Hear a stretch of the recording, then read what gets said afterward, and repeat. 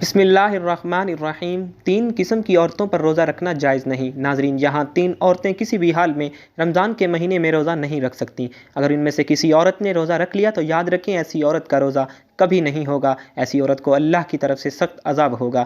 ناظرین، روزے کی فرضیت کی 3 شرطیں ہیں: اسلام، بالغ، ہوش و حواس اور عاقل ہونا، یعنی کہ روزے ایسے تمام مسلمان مرد اور عورت پر فرض ہیں جو عاقل ہو اور بالغ ہو، جو اپنے ہوش و حواس میں ہو، یعنی کہ جو پاگل اور دیوانہ نہ ہو۔ ایسے تمام مسلمان عورت اور مرد پر رمضان کے روزے فرض ہیں۔ اب اس کے علاوہ روزے کی فرضیت ادا کرنے کی 2 شرطیں ہیں: پہلی صحت مند اور تندرست ہونا، دوسری محکم ہونا، یعنی کہ بیمار آدمی اپنی بیماری کی حالت میں اور مسافر اپنے سفر کی حالت میں روزہ چھوڑ سکتا ہے، یعنی کہ ان لوگوں کو رمضان کے مہینے میں روزہ چھوڑنے کی اجازت ہے۔ مگر یاد رکھیں اگر ایسے شخص رمضان کے مہینے میں روزہ رکھنا چاہیں تو وہ رکھ سکتے ہیں، ان کا روزہ قبول ہو جائے گا، لیکن اگر نہ رکھیں تو ان کو کوئی گناہ بھی نہیں ہوگا، یہاں بعد میں ان روزوں کی قضا کر سکتے ہیں۔ لیکن یہ 3 عورتیں ایسی ہیں جن کا رمضان کے مہینے میں روزہ رکھنا حرام ہے، یعنی کہ ان 3 عورتوں کا روزہ رکھنا جائز نہیں ہے۔ اگر ان عورتوں نے رمضان کے مہینے میں روزہ رکھ لیا تو ان کا روزہ تو کسی بھی حال میں نہیں ہوگا، بلکہ ان کو اللہ کی طرف سے سخت عذاب بھی ملے گا۔ نمبر 1، سب سے پہلی عورت وہ ہے جو حیض کی حالت میں ہو۔ ایسی عورت کا رمضان کے مہینے میں روزہ رکھنا حرام ہے، مگر ایسی عورتیں بعد میں قضا کریں، وہ رمضان کے مہینے میں بھول کر بھی روزہ نہ رکھیں۔ اور اگر کوئی عورت حیض کی حالت میں روزہ رکھ لیتی ہے تو اس کا روزہ قبول نہیں ہوگا۔ حدیث شریف میں ہے کہ حالت حیض میں عورت روزہ نہیں رکھے گی، اور حیض کی مدت ختم ہو جانے کے بعد اس پر ان دنوں کے روزوں کی قضا بھی واجب ہے، جیسا کہ حضرت عائشہ الصدیقہ رضی اللہ تعالی عنہا فرماتی ہیں کہ حضور نبی اکرم صلی اللہ علیہ وآلہ وسلم ہمیں حالت حیض سے پاک ہونے پر روزوں کا حکم فرماتے۔ ترمذی شریف، الجامع الصحیح، ابو الصوم رقم۔ اس کے علاوہ روزے کی حالت میں اگر مغرب سے پہلے کسی بھی وقت عورت کو حیض آ جائے تو اس کی وجہ سے روزہ فاسد ہو جائے گا، اور پاک ہونے کے بعد اس روزے کی قضا رکھنا لازم ہوگا۔ جو عورت حیض و نفاس کی حالت میں ہو اسے کھانا پینا چاہیے، یعنی روزہ داروں کی مشابہت کی وجہ سے تنہائی میں بھی بھوکی پیاسی نہ رہے۔ البتہ اس کے برعکس اگر حائضہ عورت دن کا کچھ حصہ گزرنے کے بعد پاک ہو گئی تو اب دن کے بقیہ حصے میں کھانے پینے سے رکا رہنا چاہیے۔ نمبر 2، ناظرین، دوسری عورت وہ ہے جو نفاس کی حالت میں ہو۔ عورت کے لیے نفاس کے ایام میں نماز پڑھنا اور روزہ رکھنا شرعاً جائز نہیں، البتہ ان ایام کے روزوں کی قضا لازم ہے، نماز کی قضا نہیں۔ نفاس کتنے دن تک شمار ہوگا اور نماز روزے کی کب قضا ہوگی، اس سلسلے میں تفصیل درج ذیل ہے۔ اگر کسی خاتون کے ہاں پہلی ولادت ہو اور نفاس کا خون 40 دن مکمل ہونے پر بھی بند نہ ہو تو اس صورت میں 40 دن تو نفاس کے شمار ہوں گے اور اس سے زائد ایام استحاضہ کے شمار ہوں گے۔ غسل کے بعد ان ایام کی ہر نماز کے وقت کے لیے استنجا کرنے کے بعد باوضو ہو کر نماز ادا کرنا لازم ہوگا، اور استحاضہ کے دوران عورت روزہ بھی رکھے گی۔ اور اگر نفاس کے خون 40 دن سے بڑھ جائے اور اس عورت کے ہاں پہلے بھی بچے کی ولادت ہوئی ہے تو اس صورت میں اس سے پہلے بچے کی پیدائش کے موقع پر جتنے دن خون آنے کی عادت ہے اتنے دن کا خون نفاس شمار ہوگا اور باقی بیماری کا خون شمار ہوگا۔ ان باقی دنوں میں رہ گئی نمازوں کی بھی قضا کرنی ہوگی، اور روزے جو چھوٹ گئے ہیں وہ بھی رکھنے ہوں گے۔ اور اگر خون 40 دن کے اندر بند ہو جاتا ہے تو وہ مکمل ایام نفاس کے شمار ہوں گے۔ ان دنوں میں روزہ نہیں رکھے گی اور نماز بھی ادا نہیں کرے گی، تاہم روزوں کے بعد میں قضا کرنی ہوگی۔ نمبر 3، ناظرین، تیسری عورت وہ ہے حاملہ۔ تیسری، ناظرین، ایسی عورت جس کا رمضان کے مہینے میں روزہ رکھنا حرام تو نہیں، لیکن ایسی عورتوں کو روزہ چھوٹنے کی اجازت ہے، یعنی کہ حمل والی اور اپنے بچوں کو دودھ پلانے والی عورتوں کو اگر اپنے روزے کی وجہ سے اپنے بچے کی جان کا خطرہ ہو تو ایسی عورت کو اجازت ہے کہ وہ روزہ نہ رکھے۔ اگر حاملہ عورت کو زن غالب ہو کے روزہ رکھنے کی صورت میں خود اس کی جان یا بچے کی جان کو خطرہ ہو سکتا ہے تو ایسی حالت میں عورت روزہ چھوڑ سکتی ہے اور بعد میں قضا کرنا واجب ہے۔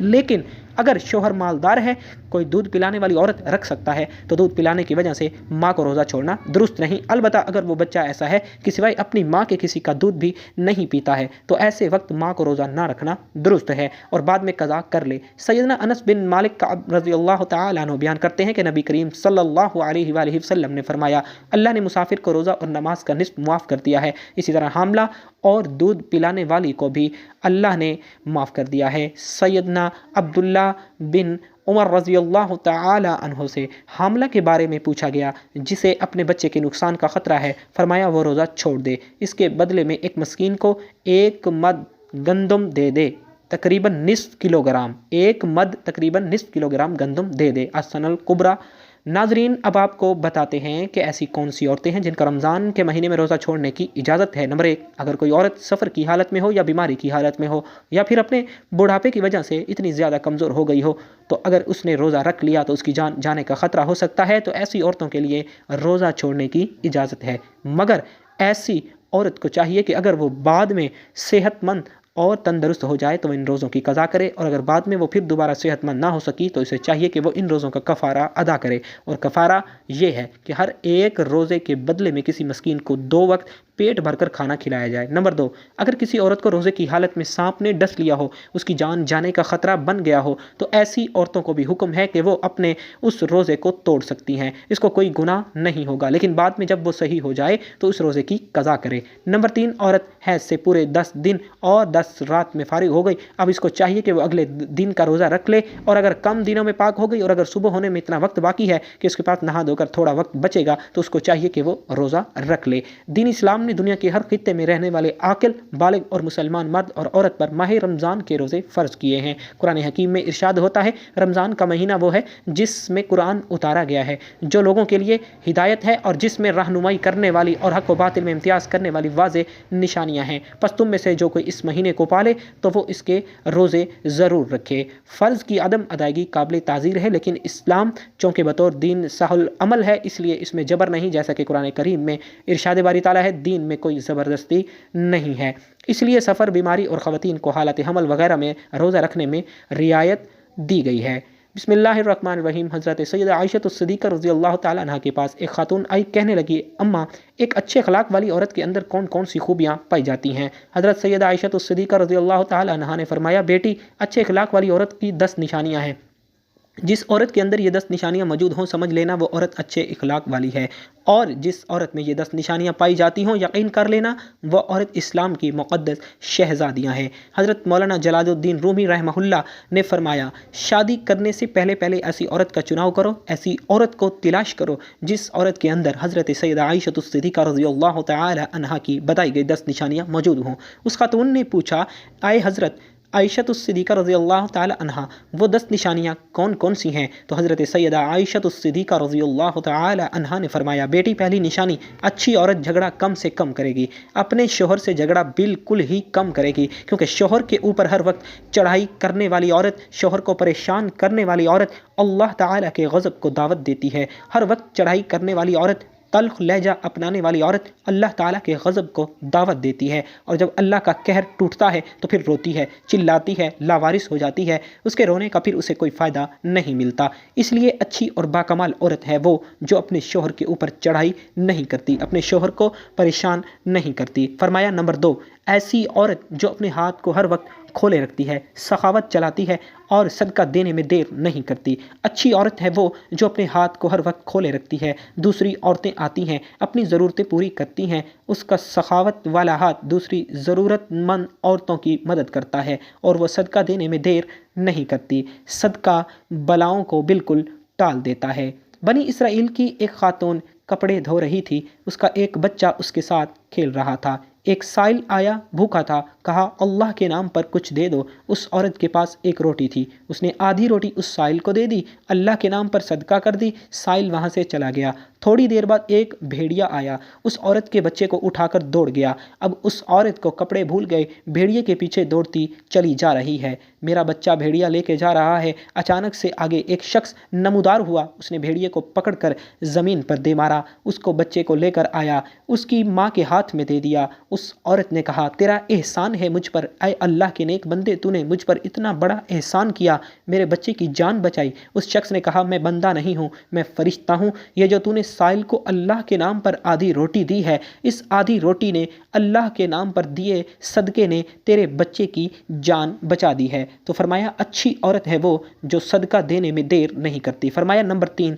دن میں 5 وقت کی نماز ادا کرنے والی عورت وہ اسلام کی مقدس شہزادی عورت جو قیمتی وقتوں میں سے وقت نکال کر دن میں 5 ٹائم نماز ادا کرتی ہے، بہت ہی باکمال عورت ہے۔ بنی اسرائیل کی ایک خاتون تھی، حضرت سیدنا موسیٰ علیہ السلام کے پاس آئی، کہنے لگی، اے اللہ کے نبی، مجھ سے گناہ سرزد ہو گیا تھا، میں نے توبہ کی، آپ دعا کریں اللہ تعالیٰ میری توبہ قبول فرمائے، مجھ سے گناہ ہو گیا تو گناہ سے ڈر کر میں نے اللہ سے پکی توبہ کی۔ حضرت سیدنا موسیٰ علیہ السلام نے پوچھ ہی لیا، تو نے آخر کون کون سا ایسا گناہ کیا؟ اس عورت نے کہا کہ مجھ سے زنا ہو گیا تھا، اس کی وجہ سے میں حاملہ ہو گئی اور میرا ایک بچہ پیدا ہوا، تو اس گناہ کو چھپانے کے لیے میں نے اس بچے کو قتل کر دیا، قتل کر کے اسے مٹی میں ڈال دیا تاکہ میرا گناہ چھپ جائے، معاشرے میں ذلیل نہ ہو جاؤں، لوگ کیا کہیں گے، یہ زناکار عورت ہے، بس اپنے گناہ کو چھپانے کے لیے میں نے بچے کو قتل کر ڈالا تاکہ میرا گناہ چھپ جائے۔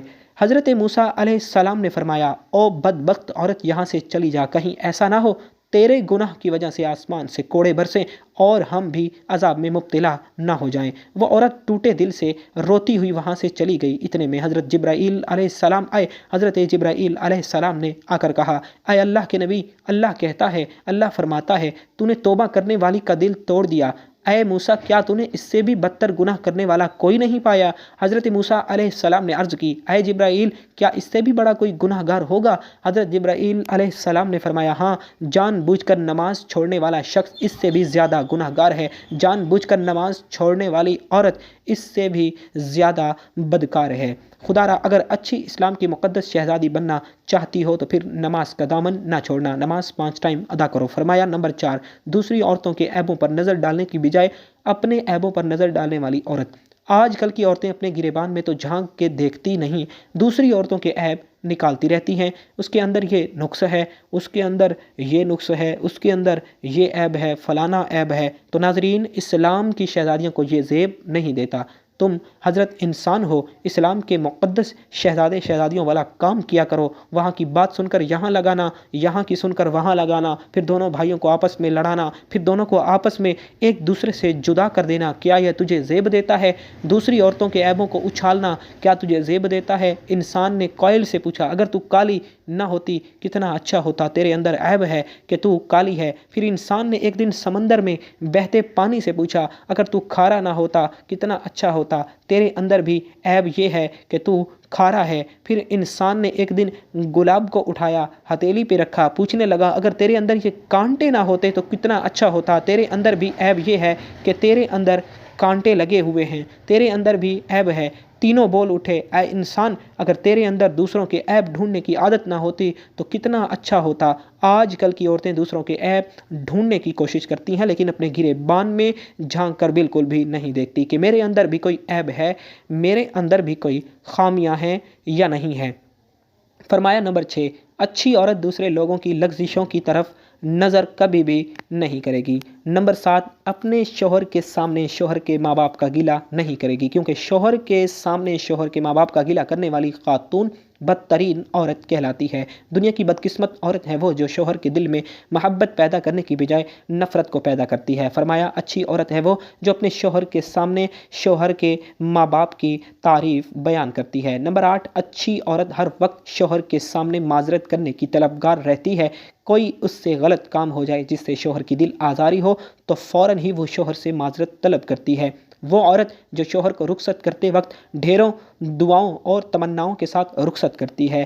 حضرت سیدہ عائشہ صدیقہ رضی اللہ تعالی عنہا نے فرمایا، آخری نشانی اچھی عورت ہے وہ کہ اچھے وقت میں تو ہر عورت ساتھ دیتی ہے، لیکن اچھی عورت ہے وہ جو شوہر کی غربت میں بھی شوہر کا ساتھ دیتی ہے۔ تو ناظرین، حضرت مولانا جلال الدین رومی رحمۃ اللہ علیہ نے فرمایا، شادی کرنے سے پہلے ایسی عورتوں کو تلاش کرو، ایسی اسلام کی مقدس شہزادیوں کو تلاش کرو جن کے اندر حضرت سیدہ عائشہ صدیقہ رضی اللہ تعالی عنہا کی بیان کی گئی 10 نشانیاں پائی جاتی ہوں۔ انشاءاللہ ایسی عورت جب تمہارے گھر میں آئے گی تو پھر وہ عورت تمہارے گھر کو جنت کا باغ بنا دے گی۔ اللہ پاک ہمیں نیک عمل کرنے کی توفیق عطا فرمائے اور ہمارے گھروں کو آباد رکھے، آمین ثم آمین۔ ناظرین، کمنٹ باکس میں اللہ اور اللہ کے رسول صلی اللہ علیہ وسلم کے 99 ناموں میں سے ایک نام کو ضرور ٹائپ کیجیے گا۔ زندگی رہی تو انشاءاللہ نیکسٹ ویڈیو میں ملیں گے، تب تک کے لیے اللہ حافظ۔